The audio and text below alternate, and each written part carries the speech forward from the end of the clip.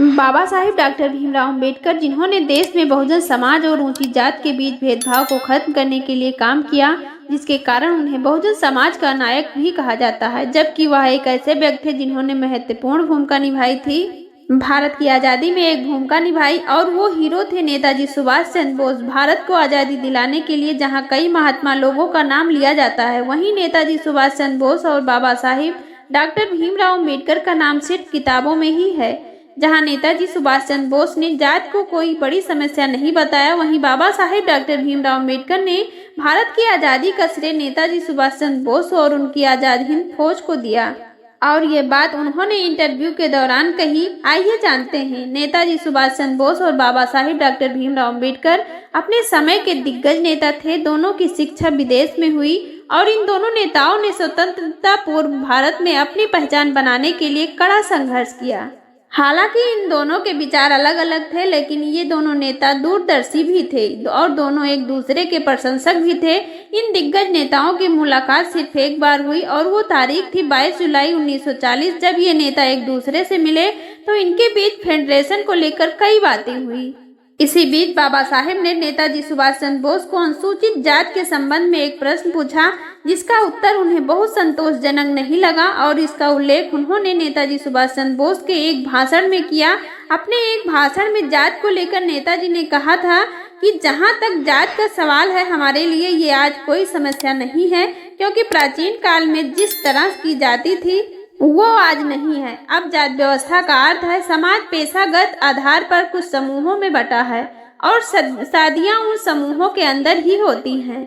आधुनिक काल में भारत में जात के आधार पर किसी प्रकार का कोई अंतर नहीं है। किसी भी जात का व्यक्ति कोई भी पेशा अपनाने को आजाद है। तो इस अर्थ में आज हमारे यहाँ जात व्यवस्था नहीं है। फिर सवाल विवाह का रह जाता है। पुराने समय में यह प्रथा थी, लोग अपनी जात से विवाह करते थे।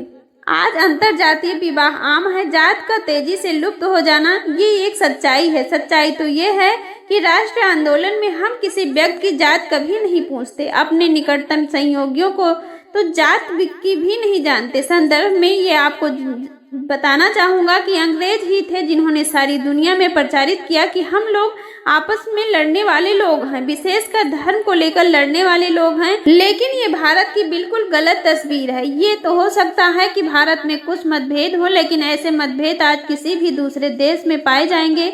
जहां जात को लेकर सुभाष चंद्र बोस संतोषजनक बात नहीं कर पाए, तो वहीं बाबा साहेब डॉक्टर भीमराव अंबेडकर ने फरवरी 1955 में फ्रांसिस वाटसन ने के एक इंटरव्यू में ये साफ कहा कि भारत को आज़ादी सुभाष चंद्र बोस की आज़ाद हिंद फौज और उनके व्यापक प्रभाव के कारण मिला।